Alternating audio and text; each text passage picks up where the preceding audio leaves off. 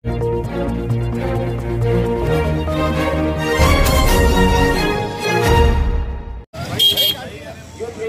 जिम्मेदार आज इस धरना आंदोलन में यहाँ पर मौजूद है। मेरे अजीज करीम साथियों, हम ये देख रहे हैं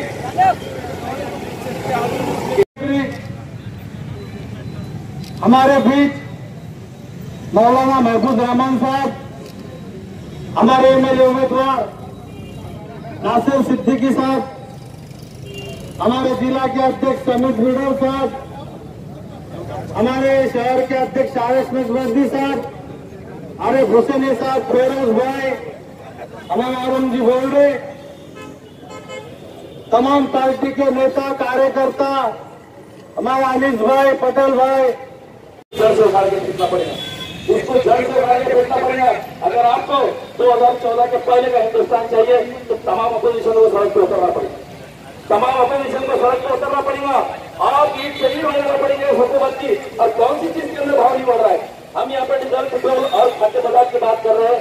मेरे ऐसे साथियों और दोस्तों, उसके डबल भाव है। किसी चीज का बढ़ा है तो कुकिंग ऑयल का बढ़ा है, कुकिंग ऑयल का बढ़ा है। और डीजल और पेट्रोल का भाव बढ़ने का मतलब बच्चा जानते हैं, इसके अंदर किसानों को नुकसान होने वाला है, गरीबों को नुकसान होने वाला है, हर चीज के भाव बढ़ने वाले, हर चीज के दाम बढ़ने वाले, हर चीज की महंगाई बढ़ने वाली है। लेकिन मोदी हुकूमत, ये पहले और कुंभ की हुकूमत, ये कुंभकर्ण के लिए सो रहे हैं, ये कुंभकर्ण के लिए सो रहे हैं। तो मेरे अजीज साथियों और दोस्तों, इसके अंदर आज भी बहुत कम हो सकता है, पेट्रोल का दाम कम हो सकता है, एक्साइज ड्यूटी को कम करना पड़ेगा, वैट को कम करना पड़ेगा। ये करते से एक बात याद रखिए कि किसानों का आंदोलन 6 महीने से लगभग चल रहा है, किसानों का आंदोलन लगभग 6 महीने से चल रहा है। ये नाकाम निकम्मी हुकूमत कोई ऐसे हमको खातिर में नहीं आ रही है, ये जमहूरियत का गला घोटने की कोशिश कर रहे हैं। लेकिन इनको जमहूरियत के कायदे के अंदर लाना पड़ेगा, जमहूरियत के कायदे के अंदर इनको लगे खड़े करना पड़ेगा और हमको इनको ईट भरा के महंगा को कम से कम दाम दिलाना पड़ेगा। और आज मोदी हुकूमत जो सत्ता में बैठी है, किसकी वजह से बैठी है? किसकी वजह से बैठी है सत्ता के अंदर? मोदी ने लालच नारे लगाया, लालच देने वाले नारे लगाया, झूठे वादे लोगों से किया, 15 लाख की झूठी बात किया और 2 लोग 15 लाख की।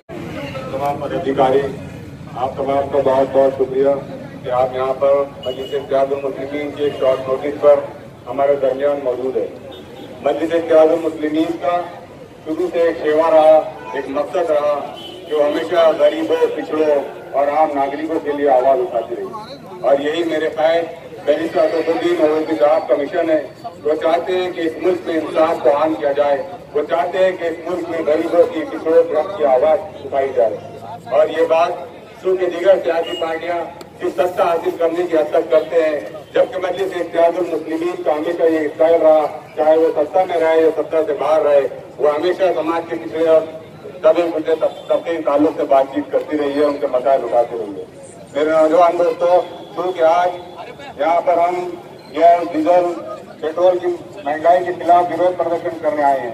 कल जिस सालवे ने जो कुछ भी कहा है, उसकी औकात नहीं जो मेरे कायद के ताल्लुक से कोई बात करे, उसकी औकात नहीं कि हम उसको अपने कायद से कंपेयर करें। तो बहरहाल ऐसे बहुत कीड़े मकोड़े आते जाते रहेंगे, उनको नजरअंदाज कीजिए, उनको हीरो मत बनाइए। उनकी औकात नहीं है कि वो मेरे कायद का चेहरा भी देख सकते। ऐसे कहीं आएंगे और कहीं जाएंगे। मेरी आप तमाम लोगों से दरखास्त है, तमाम मुल्तानी मस्जिद से दरखास्त है कि इन लोगों को हीरो हम ही बनाते हैं, इनकी औकात नहीं होती है।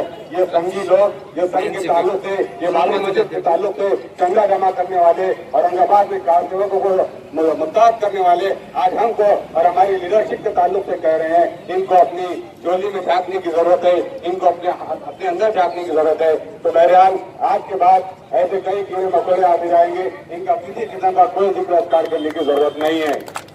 बहरहाल आज हम जिस मुद्दे को लेकर यहाँ पर आए हैं, वो महंगाई को लेकर आए हैं।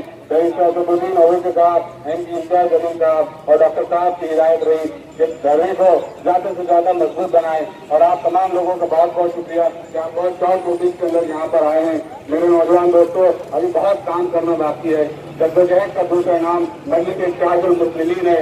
मजलिस इत्तेहादुल मुस्लिमीन की पहचान ही जद्दोजहद है। और जब तक इस देश में इंसाफ कायम नहीं होगा, तब तक हम बैरिस्टर असदुद्दीन ओवैसी साहब की क़यादत में, शहर महाराष्ट्र की क़यादत में ये आवाज उठाते रहेंगे। हम भी उठाएंगे और हमारी आने वाली नस्लों को भी जद्दोजहद करने की आदत डालेंगे। इसलिए कि हम ये समझ चुके हैं कि इस मुल्क में इंसाफ मांगने से नहीं बल्कि छीनने से मिलता है, और हम छीनने की ताकत अपने अंदर भी रखते हैं और अपनी आने वाली नस्लों में भी रखेंगे। चाहे बात महंगाई की हो, चाहे बात रिजर्वेशन की हो, चाहे बात हमारे मजहब की हो, चाहे कोई बात हो, हम इस मुल्क में अपना हक और अपना इंसाफ छीन कर हासिल करने का हुनर जानते हैं। जो हुनर, जो सलाहियत, जो जो जो जो सबक हमारे कायद ने हमको सिखाया है, बैरिस्टर फखरुद्दीन ओवैसी साहब ने सुनाया है। बहरहाल बहुत ज्यादा तकारीर करने का वक्त नहीं है। अभी एक हमारा शेर कोर्ट में लड़ रहा है, इसी औरंगाबाद की जनता के लिए लड़ रहा है। इस वक्त अल्लाह का शुक्र है कि पूरे महाराष्ट्र में कोई ऐसा एमपी नहीं है कि जिसकी हियरिंग के लिए चीफ जस्टिस ऑफ हाईकोर्ट खुद आज बैठे हुए हैं, वो सुन रहे हैं। औरंगाबाद की जनता की आवाज सुन रहे हैं।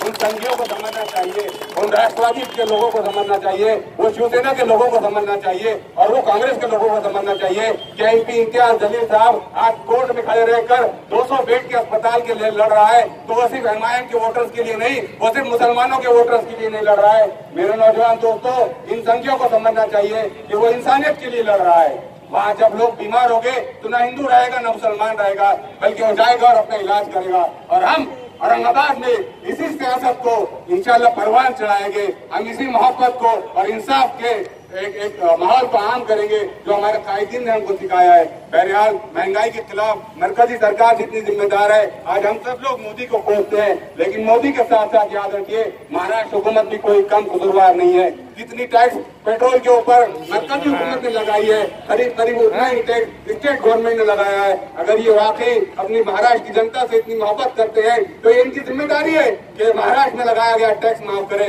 अगर महाराष्ट्र में लगाया गया टैक्स माफ होगा तो पूरे महाराष्ट्र में 75 से 80 रुपए पर लीटर पेट्रोल मिल सकता है। तो बहरहाल वोटों की खातिर इस मुल्क में, इस राज्य में और इस शहर में नफरत की राजनीति करने का, लोगों पर जुल्म करने का, महंगाई बढ़ाने की इजाजत मजलिस इत्तेहादुल मुस्लिमीन और उसके कार्यकर्ता कभी नहीं देंगे। जब भी मौका मिलेगा, वक्त मिलेगा, जब भी जुल्म के खिलाफ आवाज उठाने की बात रहेगी, हम सड़कों पर रहेंगे। न सिर्फ हम रहेंगे बल्कि आप बेफिक्र हो जाइए, समझियो कि आने वाले दिनों में इस देश में इंसाफ को आम करने के लिए, महंगाई को कम करने के लिए सिर्फ हमारे कंधे नहीं बल्कि हमारी नस्लें भी इंशाअल्लाह अज़ीज़ तुम्हारे जुल्म के खिलाफ आवाजें उठाते रहेगी, फिर चाहे जुल्म किसी भी तरह का हो। बहरहाल बहुत ज्यादा यहाँ पर तब्दील करने का वक्त नहीं है। मैं मुबीन साहब को दावत कहता हूँ कि अगले मुकर्रर को यहाँ पर दावत है, और जब हम मेमोरेंडम देने जाएंगे तो बराए मेहरबानी सिर्फ पदाधिकारी साथ में चले, नादिर सिद्दीकी साहब क्योंकि हमारे सीनियर मोस्ट यहाँ पर नेता है। बिस्मिल्लाहिर्रहमानिर्रहीम। आज इस एहतजाजी धरने के मौके पर औरंगाबाद शहर के जिले के हमारे लाड़ के खासदार इम्तियाज जलील साहब, जिनकी हिदायत पे ये धरना रखा गया है, महाराष्ट्र के कार्याध्यक्ष अब्दुल गफ्फार कादरी साहब, जिला सदर समीर साजिद बिल्डर साहब, और आज इस धरने के रूहे रवा शारिफ नक्शबंदी साहब, तमाम मजलिस इत्तेहादुल मुस्लिमीन के कॉरपोरेटर्स, पदाधिकारी और मुहिब्बान मजलिस। दोस्तों, आज ये जो जलसा यहाँ पर धरना रखा गया है, तो मैं समझता हूँ कि यह धिक्कार जो सरकार चल रही है तो ये इनके विरोध में है, और ये विरोध सिर्फ सरकार के खिलाफ नहीं है। जैसा आरिफ हुसैनी साहब ने भी कहा कि ये धिक्कार, ये लानत उन अपोजिशन पार्टीज के ऊपर भी है जो सत्ता में उनके साथ बैठती है, और उनके ऊपर भी है जो आजकल अंधभक्त के नाम से जाने जाते हैं। ये अंधभक्तों का ये बहुत बड़ा रोल है इसके अंदर कि इन्होंने सोचा नहीं, इन्होंने शायद पढ़ा नहीं, बड़ों की बातें सुनी नहीं कि अगर कोई बादशाह फकीर बन जाए तो वो चल जाता है, लेकिन कोई फकीर अगर बादशाह बन जाए तो वो मोदी बन जाता है, और वो ऐसे फैसले लेता है जिसकी वजह से हर आदमी सिवाय अंबानी और अदानी की छोड़ के परेशान रहता है। दोस्तों, बुजुर्गों, साथियों, आज ये डीजल और पेट्रोल सिर्फ दो चीजें हैं, लेकिन इसके दाम बढ़ने की वजह से हर घर में आग लग जाती है। ये सिर्फ और सिर्फ हुकूमत की नाकाम पॉलिसियों की वजह से है। जो आज सत्ता में बैठे हैं, इनके अंदर ये शऊर नहीं है, न इनके पास कोई ऐसे इकोनॉमिस्ट है जो इस चीजों को कंट्रोल में कर सकते हैं। इनके पास तो सिर्फ है तो एक रंगा और एक बिल्ला है, जो दो लोग इस हुकूमत को चला रहे हैं। और वो रंगा बिल्ला की नाकाम पॉलिसियों की वजह से आज पूरे हिंदुस्तान की आवाम परेशान है। इनको सोचना चाहिए, इनको थोड़ी शर्म आनी चाहिए कि हमसे छोटे छोटे मुल्क जो पड़ोस में बसते हैं, चाहे नेपाल हो, चाहे बांग्लादेश हो, चाहे पाकिस्तान हो, या कई ऐसे छोटे छोटे देश हैं जो अपनी इकोनॉमी को बराबर रखते हुए आज वहाँ के लोगों को इतने महंगे दामों पे न पेट्रोल देते हैं न डीजल देते हैं। क्या वजह है? वजह यही है कि इनके पास गलत पॉलिसियों को लेकर ये चल रहे हैं। ये रंगा बिल्ला की जोड़ी ये सिर्फ और सिर्फ पूरे हिंदुस्तान में दहशत निर्माण करती है, दहशत फैलाती है। और उनके जो भक्त होते हैं, अंधभक्त, उनको कहते हैं कि किसी भी हाल में, वो तो मैंने सुना हो कई अंधभक्तों को मीडिया के जरिए कि अगर पेट्रोल 200 रुपए भी लीटर हो जाए तो हम खरीदेंगे। अरे गधे, जब तुझे अंबानी की औलाद है, तेरे माँ से पूछ, तेरी बीवी से पूछ जो घर के अंदर गैस चलाती है, तू तो बाहर बड़ी बड़ी बातें करता है, लेकिन कमाने के अंदर जब जाता है तो ऐसी अंधभक्तों की ऐसी बातें करता है।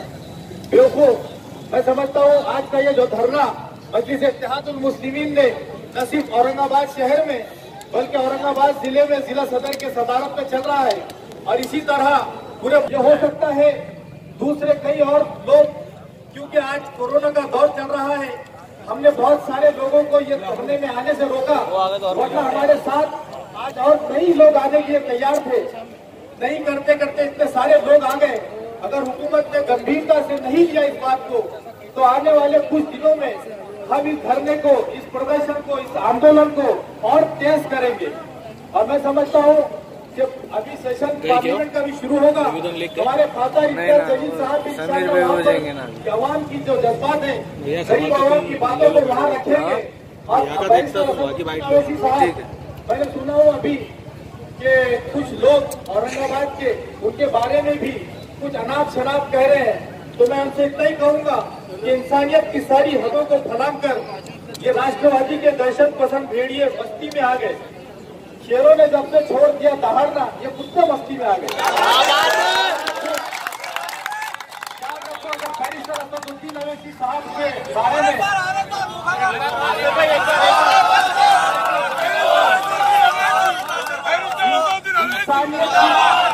इंसानियत की सारी हदों को फलांग कर दहशत पसंद एनसीपी के भेड़िए बस्ती में आ गए।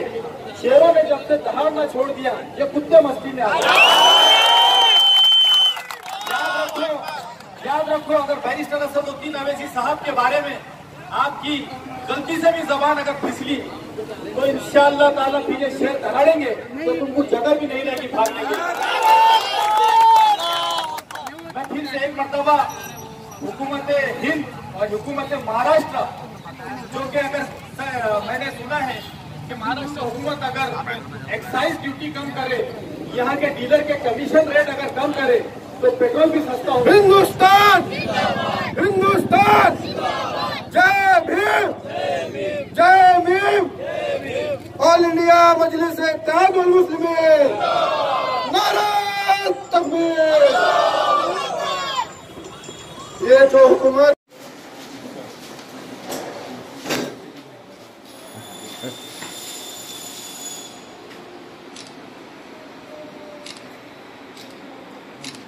डिस्कशन तो हो गया आपसे। Thank you. क्या मैंने होते आ गए। Before that we had the here Valsha Thakur madam थे। और समझ गया कि new incumbent has come here। You have come। बोलिए सर, आज का जो धरना हुआ सर उसके बारे में बोलिए। देखिए, पेट्रोल और डीजल की जो बढ़ती हुई कीमतें हैं, उसका विरोध जताने के लिए आज मजलिस इत्तेहादुल मुस्लिमीन की तरफ से ये धरना प्रदर्शन किया गया था। और सरकार को ये बताने की कोशिश की जा रही है कि पिछले 1.5 साल से लोग जिस तरह के परेशानी के हालात से अपनी ज़िंदगी गुजार रहे थे, अब कुछ राहत मिली जब ये लॉकडाउन ख़त्म हुआ, तो लोग रोज़ी रोटी कमाने के लिए बाहर आ रहे हैं, लोग अपने कारोबार के लिए बाहर आ रहे हैं। 1.5 साल से घर में कैद थे, अब कहीं ना कहीं किसी न किसी वजह से अपने धंधे के लिए, अपने कारोबार के लिए, अपनी रोज़ी रोटी कमाने के लिए जब बाहर आ रहे हैं, तो सरकार को ये मालूम है कि ये इनकी मजबूरी है कि अपना पेट भरने के लिए इन्हें बाहर आना पड़ रहा है। अब ऐसे मौके के ऊपर एक ब्लैकमेल करने के तरीके के ऊपर लोगों को किस तरह से एक्सप्लॉइट किया जाए, फिर वो पेट्रोल की कीमत 100 रुपये से ज़्यादा हो जाए, डीजल भी 100 रुपये के करीब आ जाए, ये सरकार को इससे कोई लेना देना नहीं है। ये मुद्दा ऐसा नहीं है किसी एक राजनीतिक पार्टी या किसी एक जात, धर्म या मजहब से ताल्लुक़ रखता है। आज पूरे देश भर के अंदर लोग बढ़ती हुई पेट्रोल और डीजल की कीमतों से परेशान है। उसे देखते हुए हम सरकार से यही अपील करना चाह रहे हैं कि पेट्रोल और डीजल के अंदर अगर हिसाब लगाया जाए तो महज 40% जो है वो पेट्रोल और डीजल का रेट होता है, बाकी तकरीबन 60 से 65% जो है वो टैक्सेस के जरिए है तो सरकारें कमाती है, चाहे वो राज्य सरकार हो या केंद्र सरकार। तो हम राज्य सरकार से भी ये अनुरोध करेंगे कि आपका टैक्स का जितना भी कंपोनेंट आता है जिसकी वजह से लोगों के ऊपर इतना भारी नुकसान सहना पड़ रहा है, और केंद्र सरकार का भी जो टैक्स का एक जो स्ट्रक्चर है, यानी कि 100 रुपये के अंदर सिर्फ महज 40 रुपये जो है वो पेट्रोल और डीजल के रेट होता है, बाकी 60% से 65% रेट जो है वो टैक्सेस के रूप के अंदर कलेक्ट किया जाता है। तो ऐसे मुश्किल घड़ी के अंदर हम मोदी साहब से अनुरोध करेंगे कि थोड़ा सा टैक्सेस का स्ट्रक्चर कम करें ताकि लोगों को राहत दी जा सके, और वही राहत राज्य सरकार भी करे। कांग्रेस, राष्ट्रवादी कांग्रेस, शिवसेना की जो सरकार है वो लोग भी इसके अंदर अपना थोड़ा सा हाथ बटाते हुए कुछ टैक्सेस वो भी अगर कम कर देते हैं तो इसका सीधा फायदा लोगों को पहुंचे। सर, आपके हाईकोर्ट में अपील दिया जिसका क्या हुआ सर PIL का?